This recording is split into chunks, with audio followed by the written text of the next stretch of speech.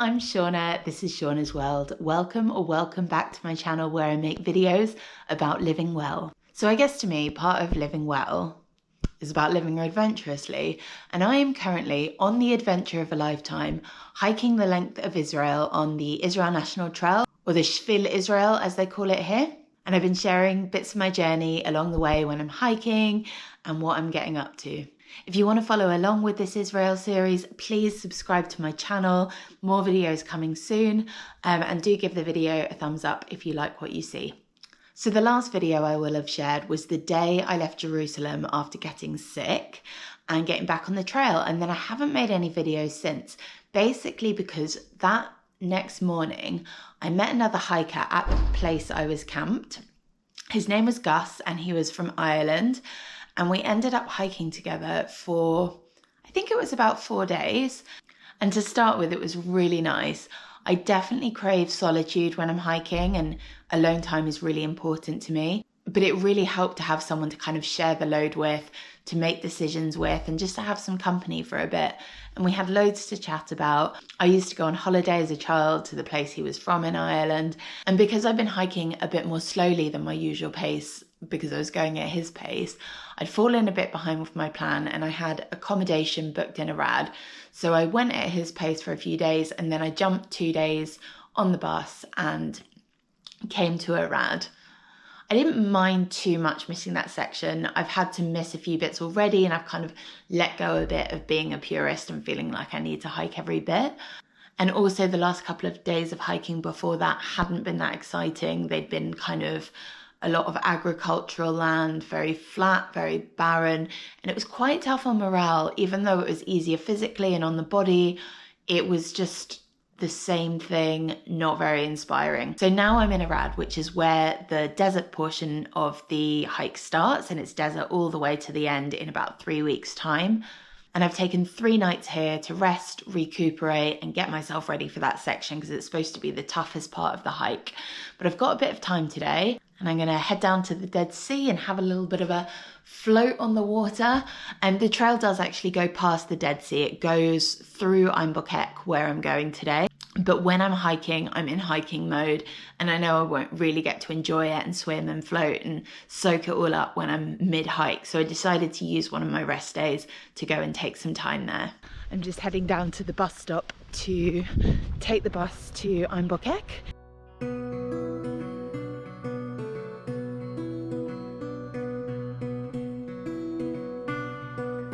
Okay, I'm in Ein Bokek, and just have to figure out where I get down to the Dead Sea. There's loads of really big fancy hotels around here. Lots of people come for spa stays and to enjoy the Dead Sea. But I just need to find a little beach where I can go and have a dip.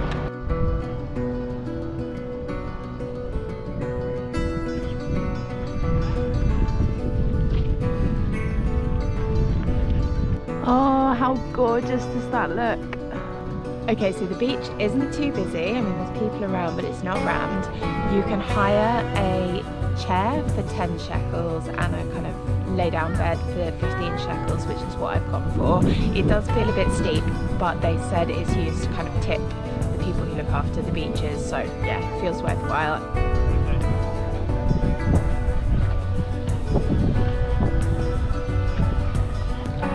Oh god, I feel it stinging already. I've only gone in up to my feet, and if you have any cuts or scrapes, because it's so salty, it really gets in, and I have quite a lot of cuts and scrapes from hiking and blisters and all sorts.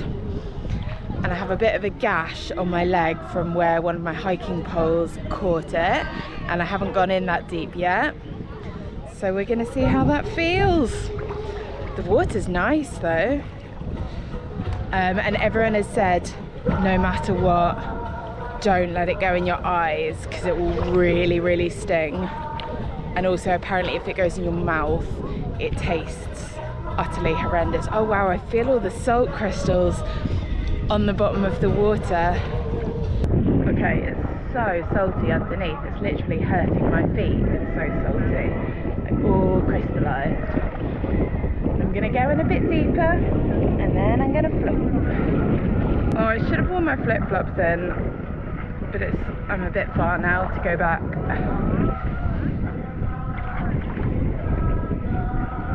The temperature is so lovely.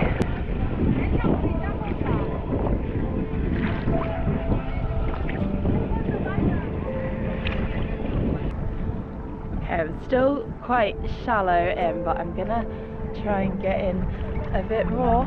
I'm floating. Oh, I really am floating. Oh, that's beautiful.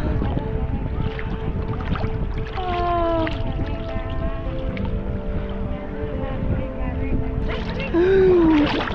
Okay? Yeah. Are you okay? Yeah, I'm okay. You okay? It's so funny, I'm trying to kick my legs underwater like you do when you're swimming in breaststroke, but they're just above the water because I'm floating so much.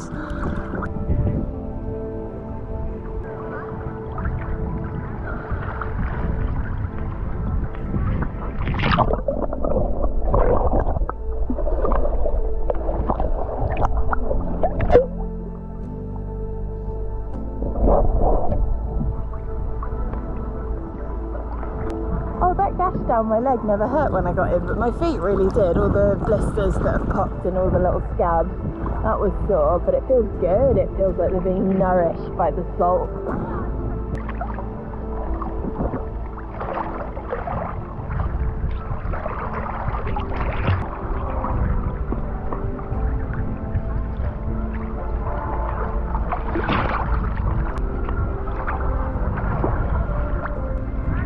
That was so wonderful. I'll definitely come in again, but I'm just gonna paddle out a bit and have a bit of a rest and a read on my recliner.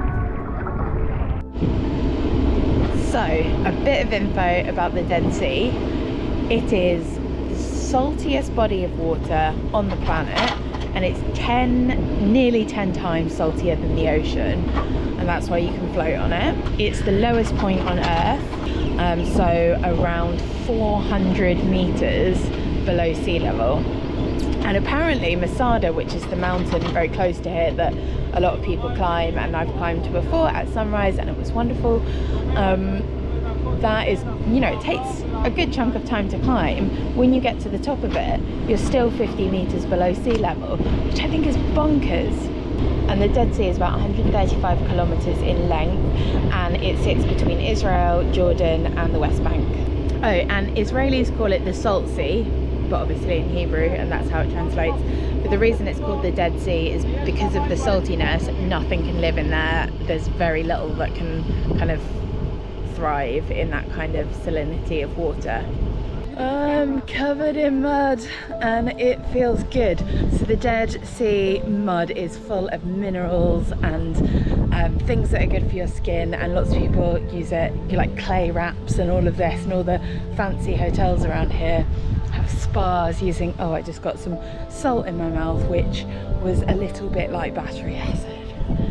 I'm just soaking up the mud, soaking up the salty skin. I think I'm just gonna let it soak in, then dip in for a shower, and then maybe go for another dip in the salty sea.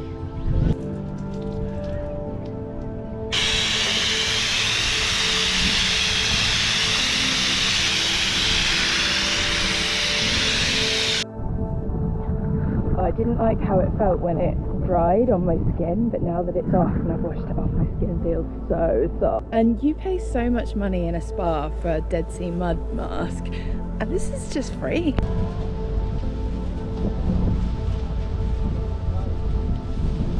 Okay, that was wonderful and wholesome. I spent a couple of hours just chilling out by the Dead Sea, a bit more floating, a bit more enjoying, soaking up the vibes. Then it got a bit windy and I didn't want to spend all day out here because it's my last day before getting back on the trail, and I want to make sure I've got all my admin done. So went and got some food in the Dead Sea Mall, which was a bit of a air-conditioned chain shop, soulless place, but I had a vegan shawarma, which was really nice but kind of overpriced for the size it was, but that's what you get in a big mall in a tourist destination. And then I've also got some groceries to take on my hike with me starting tomorrow. I think I need 3 days worth of food, and then when I'm back here, I think in 3 days, I thought it was 2 days, maybe I'll have to check the book, 2 or 3 days I'm back here on my way through, and then I have to restock for like 7 days, so my bag is going to be very heavy. So now I'm just looking for where I catch the bus back to Arad.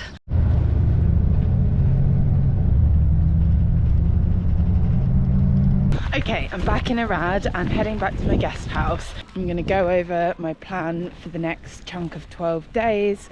There's a book called The Red Book, which tells you how the trail works, what you need to do, how far to go each day. And I find it so hard to follow the instructions in it. It's translated from Hebrew, so it's not that user-friendly. It just comes across a bit bland. But when I'm reading it, I just read the same paragraph over and over and over again, and it's not going into my brain. And then fingers crossed I will be ready to take off in the morning into the desert. I'm doing it. I'm back in my guest house and I am sitting down with the Red Book with all the info for the next section and figuring out what I'm gonna do. I tried to do this at dinner last night and I made a little bit of headway, but really it's just I'm having to think too far ahead for my brain to cope with it at the moment. My brain cannot organise and can only do so many things. And it's very chaotic in here at the moment. I need to sort out my bag. I actually only have 2 or 3 days to sort out at the moment, but I want to make sure I'm really prepared for the section ahead of that, because that's the chunk that's scary and there'll be nothing, I think, for about 7 days. So even though I have I'll be back in Einbuchek before that and I'll have a bit of time to restock and all of that, I just want to make sure I'm as prepared as possible. And I haven't heard back from my water drop guy. So I haven't really mentioned this so far, but on most of the trail that I've been on already, there are taps fairly regularly. There was one day I was dehydrated because I couldn't get water. I just missed a tap, I think. But generally there's taps along the way and you're staying with trail angels, you can fill up. But in the desert, there are very few taps. So the system people use is a water caching service, which is where you pay a local service provider to hide water for you at the camp you're staying at or wherever you're going to be. And what they do is send you a WhatsApp video of where it's hidden. They send you the GPS coordinates and then you find it and then you have water for the next day. And then they do that at various points. Okay, I'm just heading to bed. It's been a nice little break in Arad and I'm really glad I got to the Dead Sea today and got to properly enjoy it in a way I probably won't when I pass Einbuchek on my hike. This space is still quite chaotic. I'm just going to get up early, try and get out as soon as I can, get a good night's sleep, ready for the desert. Hello, good morning. I'm heading back to the trail now. I've had a really slow start this morning just because I was exhausted. I got to bed quite late planning for the next section of the trail. And then this morning I knew I hadn't paid for my room yet, and the guest house owner wasn't around, and I was trying to get in touch with her, but I've ended up just leaving the cash there. But yeah, it means it's a late start. It's not a massive day. I think I have about an hour's walk to get back to the trail. And then I think it's about 15 kilometers or so. So hopefully I can get there before dark. I'm only about 10 minutes into walking today and my back is already really hurting. Well, it's kind of on the back of my shoulder blade. And yeah, it's been really giving me problems for the last couple of weeks.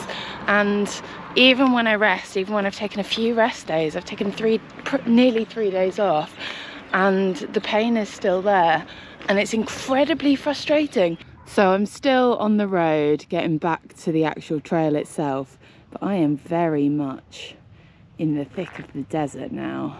It's so beautiful. I'm a mix of utterly awestruck at this desert and then also a little bit grumpy because my back's hurting. I've just taken my backpack off for a second. I'm gonna get back on it. I'm not back to the trail yet, but very, very nearly there. Drinking water is key because not only does it hydrate you, but it also reduces some of the weight you're carrying. But then it's also important to make sure you retain enough water so you don't run out. Yes, we have trail markings. That's the Israel National Trail there. We have some other trails there. But it means I am back on track. I'm on the trail. And I just checked the distance to the end of the section. And it's less than 8 kilometers or around 8 kilometers to the end of this. And I thought it was much longer. But I think because when I was looking on the app, the section started right on the other end of Arad to where I was staying. So I cut a huge amount out of kind of coming through Arad.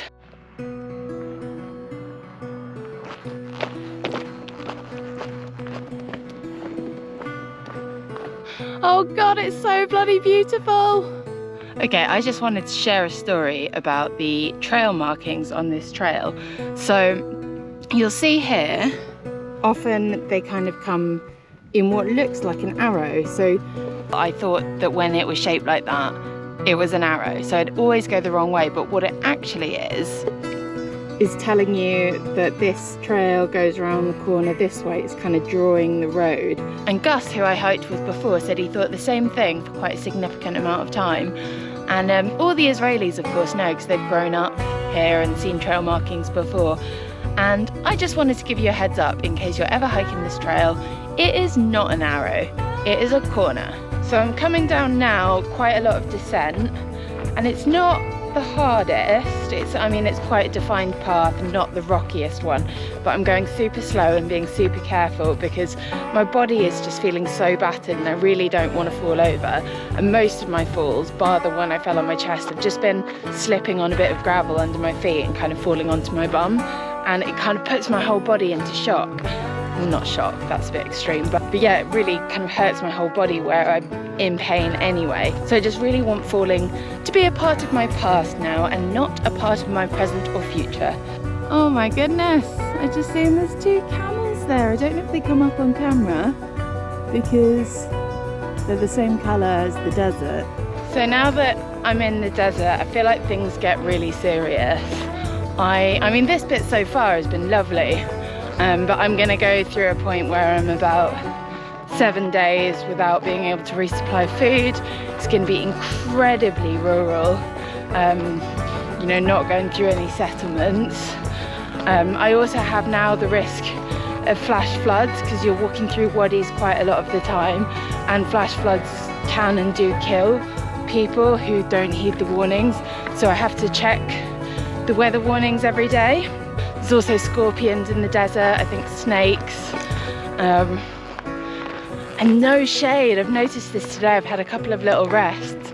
Usually I'll wait to find a tree or something to sit under for a little bit while I stop, and there's just no shade. But it's also the most beautiful thing. It's just so wide and expansive, and you see all these mountains and craters, and this is just the edge. I mean, we haven't even begun really, so I've got so much more of it to see, and I'm incredibly excited but also feeling some apprehension at how tough the next section is going to be. How is this real? It's gorgeous. Oh. And then now I'm about to go through all of this section, so probably a bit more scrambling. I might not film much of it because I need to concentrate on not falling over. So I just had to come round this kind of corner here, clinging onto the rock, trying not to drop down here. And I have a feeling there's going to be a lot more like this in the desert, a lot of kind of scrambling and climbing and big boulders. And I'm okay with it. I'm a lot better than I was at the beginning, but it is daunting. But I've got about 6 kilometers left to do today, so not much at all. And I think there's a little something at 3 kilometers. Maybe it's just a pretty sight or something to break it up. But 6 kilometers on easy terrain is not much more than an hour. 6 kilometers clambering over rocks can take a long time.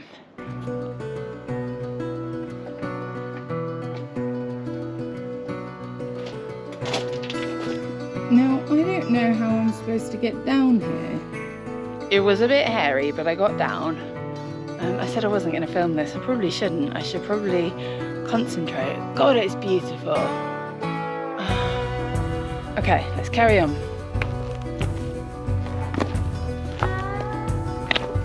You know, I'm only a very short way into what will be 3 weeks of walking through the desert, and some of it will be very remote and some of it will be very challenging.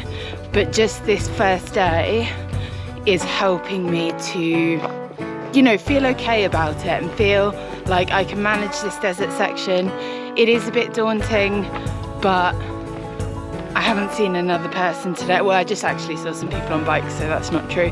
But it's so remote, but I feel okay about that. In fact, I really, really like it. That doesn't mean there's not going to be hard bits. That doesn't mean I'm not going to maybe freak out because I feel so remote and so cut off from things, or feel anxious about food resupply and water caching and all of that. But I'm having this real kind of feeling of, yes, I can do this. The fly situation feels a bit out of control. There's so many flies here. There's like 4 on my hand that's holding the GoPro right now. Okay, I said there was a place where I thought there was something going on, and it's called Kfar Hanokdam, and it's not what I expected. I thought there might be like a picnic table or maybe like a few houses, but it's like this big park, loads of tourists, and I have no idea what it is. So I got some internet, looked up what that place was, and it turns out it's just a Bedouin camp, but a very touristy one. I think it's one of the best ones in the desert. So people had just come to enjoy the hospitality. When I stopped back there at Kfar Hanokdam, yeah, got it right, I ran into Gus, who I was hiking with the few days before Arad, and he was hiking with 2 young Israeli women, and yeah, it was nice to see them, but I think we're going to be camped at the same spot tonight, and I'm really feeling like my social batteries are pretty burned out. I need a lot of alone time, and this is something I'm really learning about myself more and more, that I'm having a lot of alone time, but I just, yeah, I really, really crave it. So I think I'll have to enforce boundaries a little bit, or just hide in my tent. I really don't feel like socializing.